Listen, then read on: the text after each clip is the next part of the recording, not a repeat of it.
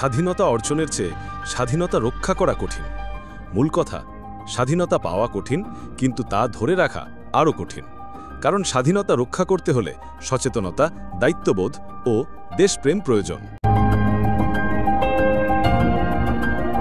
স্বাধীনতা একটি জাতির শ্রেষ্ঠ অর্জন, যা বহু ত্যাগ ও রক্তের বিনিময়ে আসে। তবে শুধু স্বাধীনতা অর্জন করলেই দায়িত্ব শেষ হয় না, বরং স্বাধীনতার প্রকৃত মানে হয় তখনই যখন একটি জাতি ঐক্য, নৈতিকতা ও শৃঙ্খলা বজায় রেখে তা রক্ষা করতে পারে। স্বাধীন দেশে সুশাসন, ন্যায় বিচার, গণতন্ত্র ও নাগরিকদের সচেতনতা অত্যন্ত গুরুত্বপূর্ণ। যদি মানুষ নিজের দায়িত্ব ভুলে যায়, অন্যায়, অবিচার বাড়ে, তাহলে স্বাধীনতা শুধু নামমাত্র থেকে যায়, তার মূল উদ্দেশ্য ব্যর্থ হয়। ১৯৭১ সালে বাংলাদেশ বহু ত্যাগের মাধ্যমে স্বাধীনতা অর্জন করে, কিন্তু আজও নানা সমস্যা ও চ্যালেঞ্জ স্বাধীনতার মূল চেতনা ক্ষুণ্ণ করছে।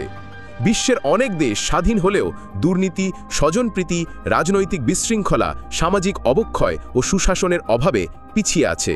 এগুলো প্রমাণ করে স্বাধীনতা রক্ষা করাই সবচেয়ে কঠিন কাজ। তাই স্বাধীনতা ধরে রাখতে হলে সবাইকে সজাগ, সচেতন ও দায়িত্বশীল নাগরিক হিসেবে গড়ে উঠতে হবে।